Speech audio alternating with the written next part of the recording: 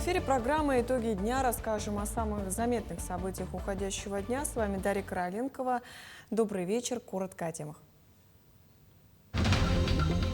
С ухудшением погоды на дорогах Якутии растет аварийность. Что нужно знать водителям, чтобы избежать неприятностей, узнаем подробности. Владимир Путин объявил благодарность жителю Нерюнгринского района за его неоценимый вклад в патриотическое воспитание молодежи. Узнаем, как ему удалось увлечь молодое поколение. Всего несколько дней осталось до старта финала национального чемпионата профмастерства «Билимпикс». Якутию представят 6 талантливых специалистов, трое из которых оттачивают навыки в медицинском колледже. Детский сад «Мечер» вновь претендует на субсидию. После успешного проекта с искусственным газоном учреждение планирует создать площадку, основанную на рисунках детей. Мирный принял волейбольный турнир в памяти о Николае Мангутове. Лучшие команды западных районов показали мастер-класс игры.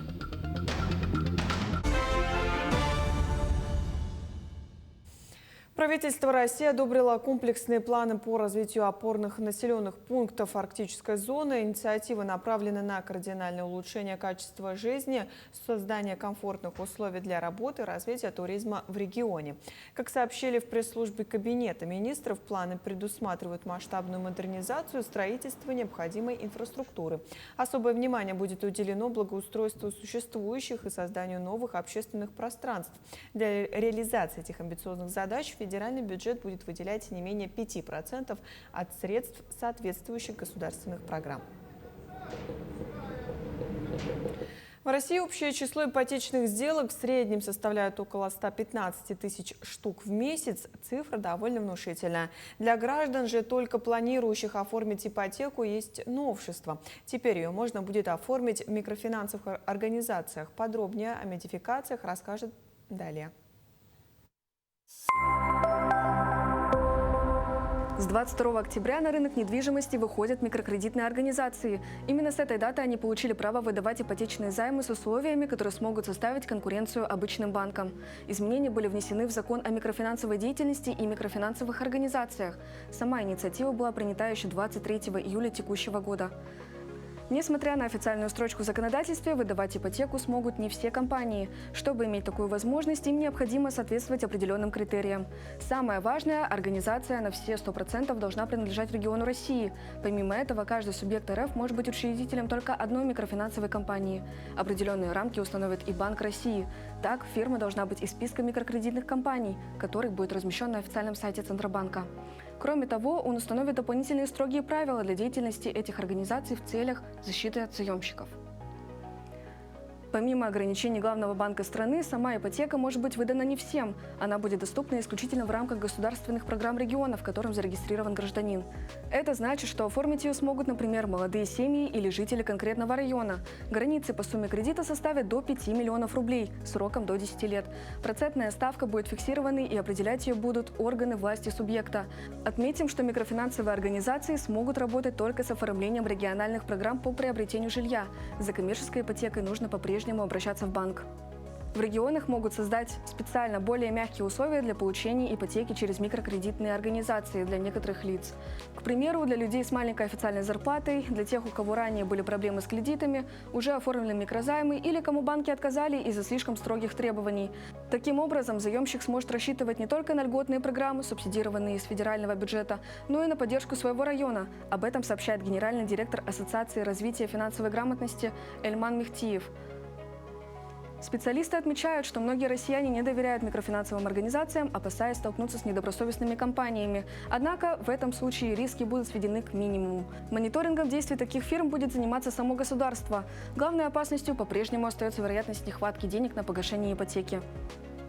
По этой причине эксперты призывают граждан заблаговременно пересчитать свои доходы и оценить уровень долговой нагрузки с учетом будущих платежей. Если соотношение суммы взносов по всем текущим и будущим кредитам и среднемесячных доходов превысит 50%, то обращаться в микрофинансовые организации не стоит. В противном случае возникает риск остаться без средств и без жилья, приобретенного в ипотеку. С ухудшением погодных условий на дорогах республики появляется гололед, изморозь и снежный накат. В это время традиционно увеличивается количество ДТП. О том, насколько готовы к непогоде водители Якутска, подробнее в сюжете Тимура Колмогорова. Начиная с прошлой недели, водителей по всей республике застал мокрый снег, а впоследствии гололед. Для некоторых водителей это стало испытанием, но большинство было готово еще с наступлением первых холодов. Я уже давно переоделся, переобулся, уже был готов. Уже, когда первый снег был, тогда сразу уже переобулся.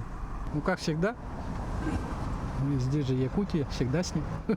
Текущая дорожная обстановка требует от всех участников движения повышенного внимания, осторожности и готовности к непогоде. При гололеде у машин значительно увеличивается тормозной путь, поэтому инспекторы ГИБДД рекомендуют сменить стиль вождения. Когда-то в жизни бывало и такое. По крайней мере, водительские навыки позволяли справляться с такой ситуацией. У меня стоит зимняя резина, хорошая достаточно, поэтому гололед, он, конечно, проблема, но не настолько страшен, как для тех, кто не подготовленные. Сотрудники госавтоинспекции повсеместно проводят профилактические рейды по гололеду в межсезонье. Несмотря на это, количество ДТП растет. Всего с начала года произошло 622 дорожно-транспортных происшествия, в которых 72 человека погибли и еще 792 получили травмы. Мы обращаемся ко всем водителям. Снижайте скорость, особенно на загородных трассах и в населенных пунктах. Увеличивайте дистанцию до впереди идущего автомобиля. Избегайте резких маневров и обгонов, особенно на участках дорог со сплошной линией и ограниченной видимостью. При первых признаках гололеда перестраивайтесь плавно, без резких торможений.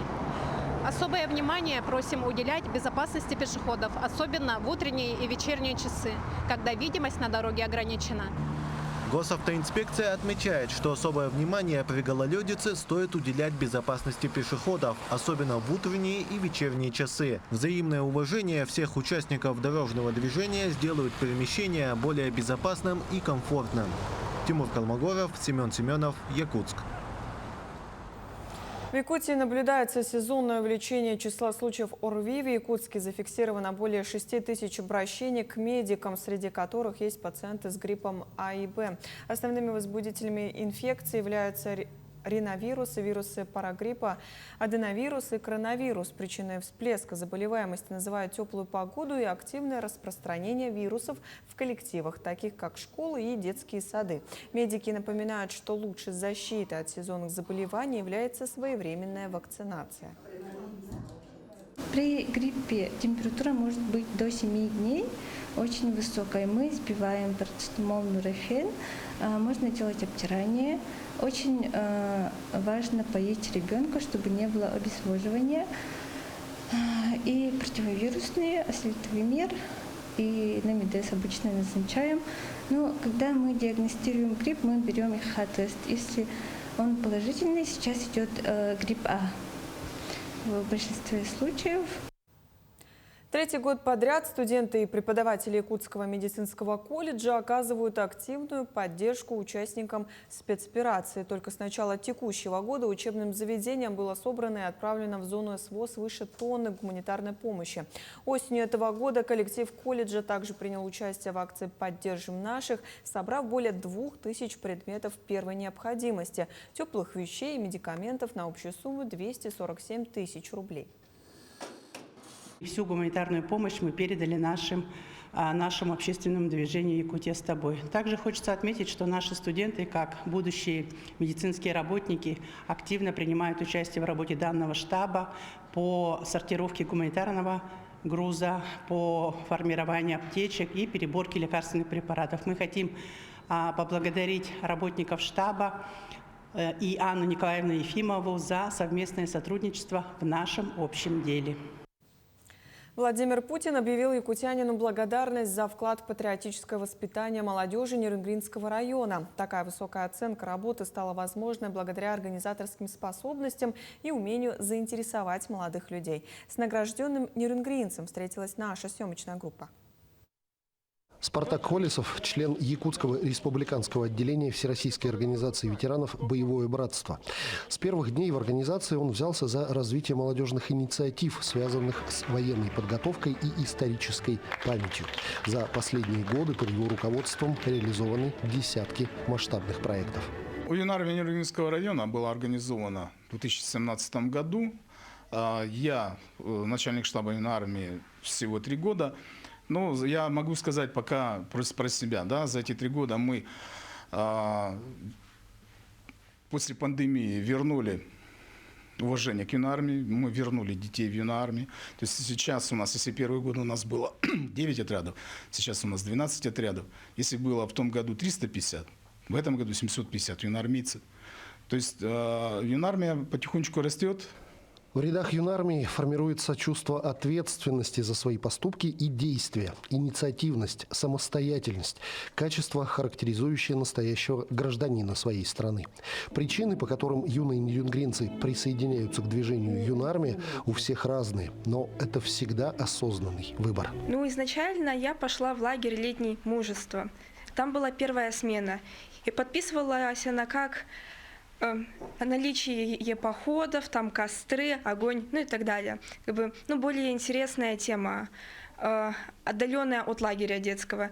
Но это меня и привлекло. А то, что это юнармия, я в целом и не знала. Уже на самой смене я познакомилась там с оружием, со спортом, с походами, разумеется. Это меня привлекло, я все же решила сюда вступить. За личный вклад в оказание помощи участникам специальной военной операции и членам их семей в декабре 2023 года отряду юнармейцев «Беркут» под руководством Спартака Колесова вручили благодарственное письмо главы Республики Саха-Якутия. Также он стал одним из 3 участников, представителей республики на Всероссийском военно-патриотическом юноармейском слете «Славы героев будем достойны», который прошел в Москве. Иван Лазаренко, Андрей Гаянов, Нерюнгри. В главном корпусе СВФУ начались занятия по краткосрочным курсам, ориентированным на государственных и муниципальных служащих, а также на работников СМИ и учителей школ. Курс посвящен особенностям якутского языка в сфере госуправления. Ведущие преподаватели Института языка и литературы читают лекции по темам официально-делового стиля, терминологии, перевода заимствованных слов и редактирования текстов. В этом году на обучение записались 50 специалистов не только из столицы, но и из различных улусов республики, что свидетельствует о возросшем интересе к языку в профессиональной сфере по сравнению с прошлым годом, когда курсы прошли более 70 человек. И заречные улусы, и Вилюйская группа улусов, и северных улусов сегодня приехали к нам, чтобы, желая совершенствовать свое мастерство в области языкознания, правописания на родном якутском языке.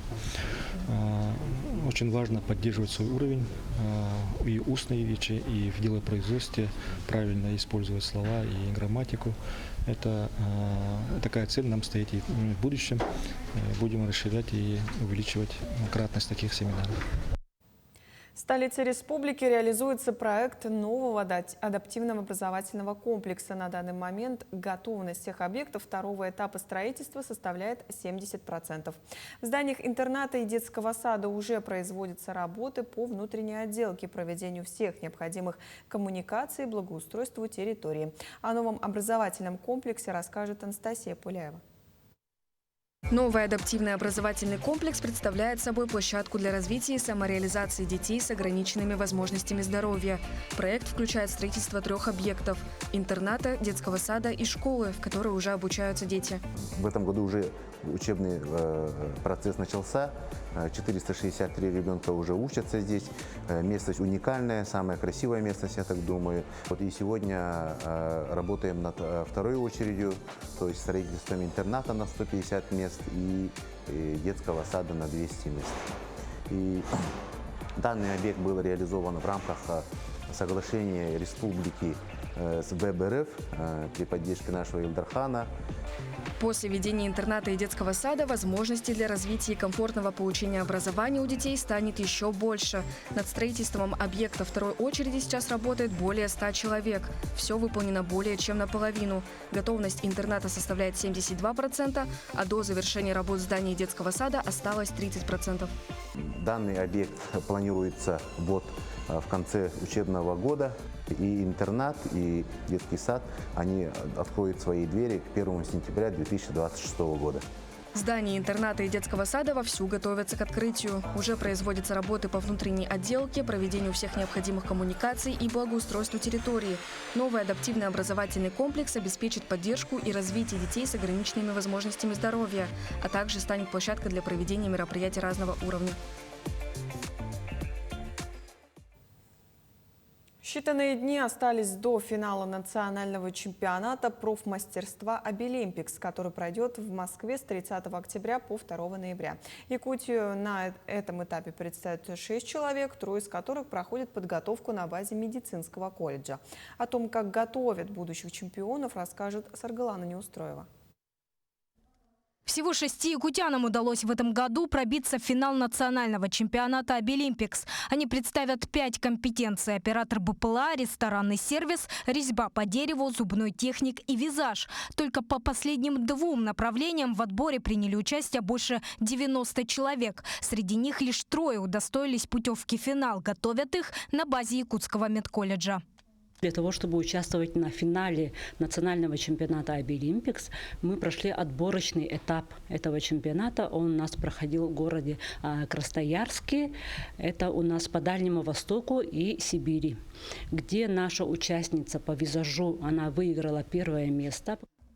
Известно, что участники конкурса – люди с ограниченными возможностями здоровья. Так вот, для Нарыяны Стручковой, победительницы того самого отбора, чемпионат не просто вызов. Это способ доказать, что она ничем не уступает другим своим коллегам. Настроена она исключительно на победу. Девочки тоже очень талантливые. Но я тоже очень долго готовилась. Но все равные. Победит кто сильнее, упорнее. А вот школьник Макар Осипов свои навыки, в отличие от Нарыяны, оценивает не так высоко. Оно и понятно, зубным техником мальчик стал совсем недавно и только открывает для себя путь в эту профессию. И тем не менее настроен Макар решительно. Я в зубной технике не очень сильно и понимаю, поэтому для меня это может быть сложностью, но несмотря на все это, я все равно смогу добиться лучшего. Не подумайте, все это не просто голословные заявления. Медколледж славится тем, что стабильно выпускает призеров и победителей чемпионатов профмастерства. Я считаю, что наши студенты и школьник выступят достойно, так как мы готовились ежедневно. Подготовка велась не только по специальности, но и психологическая подготовка была, физическая подготовка была. И работали все преподаватели, можно сказать, не один только наставник, да. В финале наши ребята встретятся не только с профессионалами со всей России, но и с представителями порядка 50 государств. Кроме того, этот год участия в Обилимпиксе для республики стал юбилейным. Давление колоссальное, и несмотря на это, к финальному выступлению якутские конкурсанты подходят спокойно. Для себя они уже все доказали. Саргалана Неустроева, Артумен Наговицын, Якутск. В Якутии формируется множество интересных проектов и идей, которые ежегодно принимают участие в конкурсе программы поддержки местных инициатив. Победители получают субсидию на их реализацию. Одним из таких участников конкурса на 2026 год является детский сад «Мечерь». Ранее он уже побеждал в 2023 году с проектом «Зеленая полянка», где в первую очередь по желанию воспитанников и их родителей на детских площадках установили искусственный газон. Для участия в текущем году они провели конкурс рисунков среди детей о своем представлении о площадке мечты, где большинство из них нарисовали якутское древо жизни, Аллукмас и Урасу. Так как детский сад у нас национальное обучение и воспитание на родном якутском языке, олонхо, педагогика олонхо у нас хорошо идет. Дети уже знают, что такое алукмаз, они знают наши традиции, и, может, поэтому они нарисовали вот именно алукмаз и ураса. И вот поэтому мы, конечно, сначала провели собрание среди родителей. Наши родители все поддержали, спасибо им большое. Не побоюсь сказать, единственным, быть может, в городе Якутске вот такая детская площадка в детском саду, где будет и алукмаз, и ураса, где наши дети будут проводить исых, Николин день и все наши праздники. Алданский детский сад «Снежинка» теперь официально стал местом, где инструкторы по физкультуре со всего района смогут проходить обучение. Цель – научить детей с раннего возраста любить физкультуру и спорт, чтобы они росли здоровыми. Подробности у наших коллег. Это необычная зарядка в детском саду «Снежинка». Выступление предварило работу стажировочной площадки для инструкторов по физвоспитанию. Напомним, в рамках указа главы республики о развитии единой системы образования в Якутии стартовал пилотный проект по организации индивидуальных образовательных маршрутов. Алданский, наряду с Чурапчинским, Намским и Горным районами, стал участником этого пилотного проекта. Как одна из форм, скажем так, работы с педагогами, это стажировочные площадки. И вот мы распределили наши дошкольные организации. У нас 12 стажировочных площадок по району, они по разным направлениям актуальным для нашей системы дошкольного образования. А детский сад «Снежинка», у него физкультурно-оздоровительное направление. В работе стажировочной площадки приняли участие инструкторы по физическому воспитанию и старшие воспитатели детских садов района. А победители прошедшего неделей ранее форума работников дошкольных учреждений и образования поделились опытом в ходе мастер-классов. Мне бы хотелось всех посвятить в русскую народную культуру, точнее ознакомить с русскими народными играми, так как современный мир технологий, инноваций, гаджетов и прочее все-таки захватывает детей, им уже не очень интересно это все, а все-таки хочется вернуть немного всех в наши старые русские традиции. Обруч – это не просто предмет для занятий фитнесом или гимнастикой. С ним существует масса увлекательных игр и забав.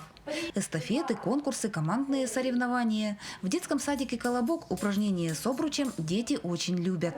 А усложнение первоначальных задач вызывает у ребят только энтузиазм и азарт.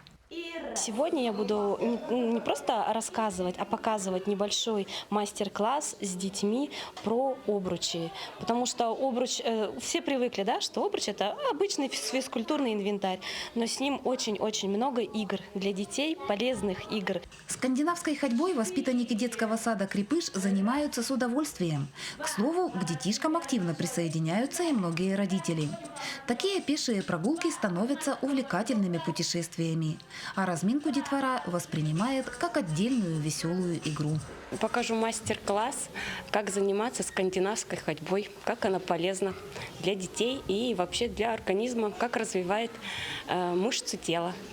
Существует масса способов увлечь детей физкультурой, чтобы в будущем они стремились к занятиям спортом и ведению здорового образа жизни. На стажировочной площадке педагоги обменялись методиками и практиками, используемыми на занятиях с дошколятами. Татьяна Вахнина, Сергей Шипачев, Александр Лукин, Алдан. В Мирном прошел открытый волейбольный турнир, посвященный выдающемуся спортсмену и специалисту в области физической культуры и спорта Российской Федерации Николаю Мангутову. Турнир, ставший ярким событием спортивной жизни Алмазного края, привлек множество любителей волейбола. Участники продемонстрировали высокий уровень мастерства, командный дух и показали зрелищную игру, наполненную эффектными атаками, надежными блоками и мощными подачами. Играли 9 женских и 9 мужских команд. Постоянно приезжают команды с города Ленска. Сейчас у нас вышли команда ДЮСШ. Красиво прям отыграла игру. Таким увидели уходящий день наши корреспонденты. Ну а я с вами прощаюсь. Всего доброго и до встречи в эфире.